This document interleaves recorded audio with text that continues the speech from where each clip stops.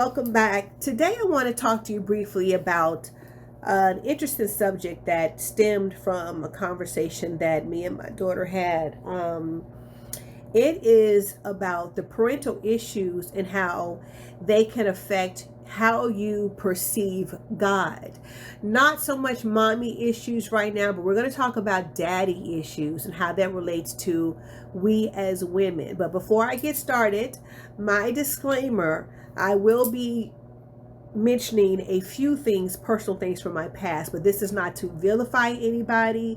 This is not to insult anybody. I walk in forgiveness, so there's nothing in my heart.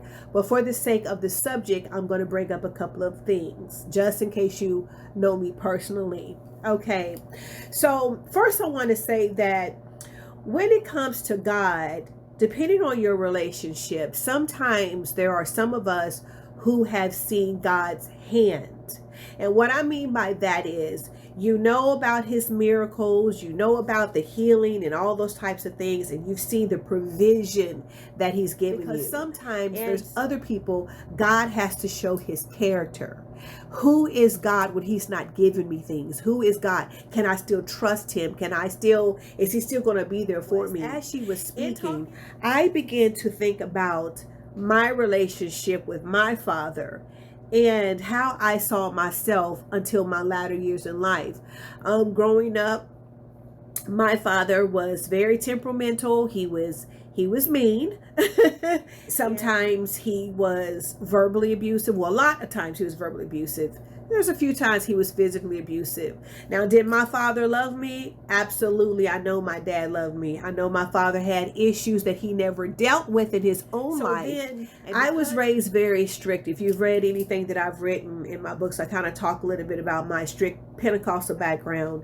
And I thank God for my background, but there were a lot of flaws in how I was raised. Everything was very fear-based.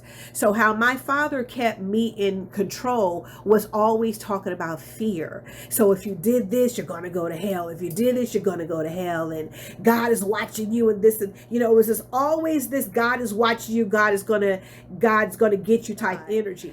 I always saw God kind of like a tyrant. He was always looking for something wrong. He was waiting to just zap me. He was ready to throw me in hell.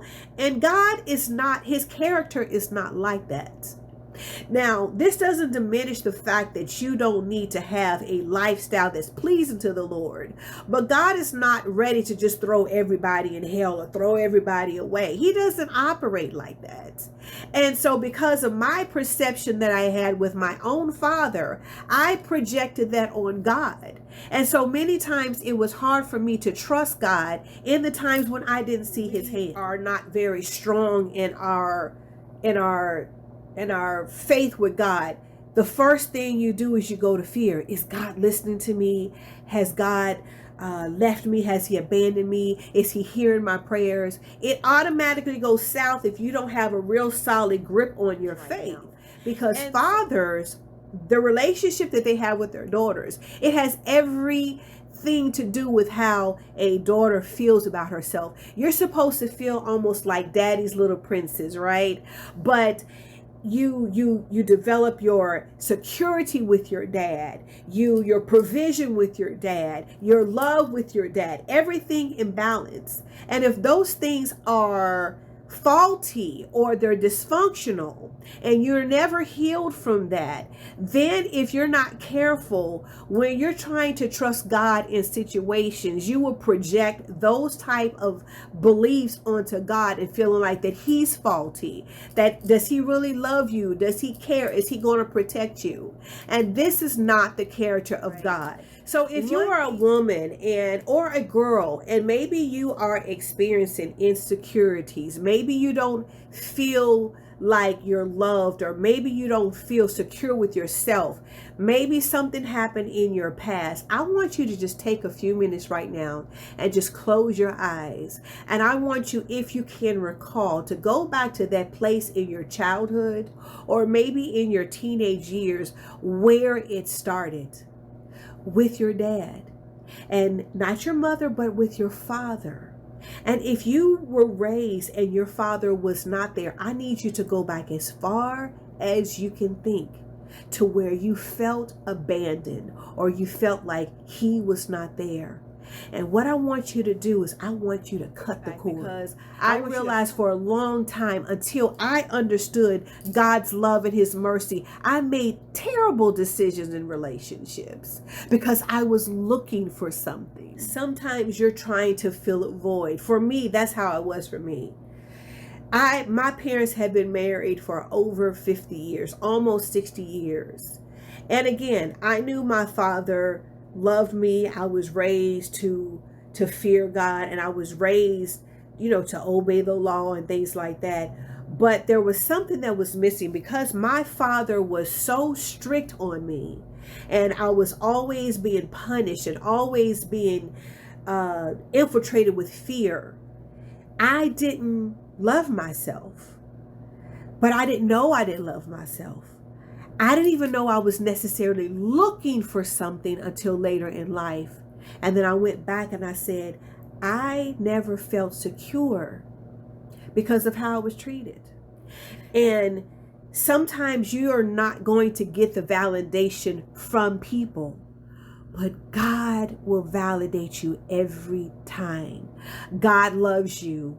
God is there for you. God has not cast you aside. There's no sin that is too big for the Lord to heal you from. Maybe somebody is listening today, and maybe your issue was not your father was not there or he was not providing. Maybe you were abused sexually by your father, and so it caused you to have a warped mentality against men. But God is not holding you to your past. God has an expected end. He wants good things for you. All you have to do is trust him. So what I like to do is to tell you to give God another chance. Don't think about that father who was not there. You're going to have to forgive him. Forgiveness is for you. You need to forgive so you can be free on the inside. God loves you. God is here for you. He has not cast you aside. And in case nobody has told you today that they love you, I am telling you that I love you. I am praying for women. I am praying for relationships. I am praying for healing. I am praying for you. None of us have it all together. Every day we wake up, we have to make up in our mind that we choose healing, that God's mercy has been renewed today, and we choose his mercy. Every day we receive his grace. Every day we receive his love. And healing is not an overnight process. For some people, it may be a lifelong process. You may have to wake up every single day of your life and choose healing. And if that's what you have to do, then you do it. The more you do it, the more it will become a habit for you. But don't give up on God. And so I pray that whatever daddy issues you may be dealing with, that God will touch your heart right now. And the broken places he will mend, and he will install his love even the more to let you feel that you are worthy. You are worthy of love. You are worthy of so much. God has so much for you. Give God another chance. Give God another chance.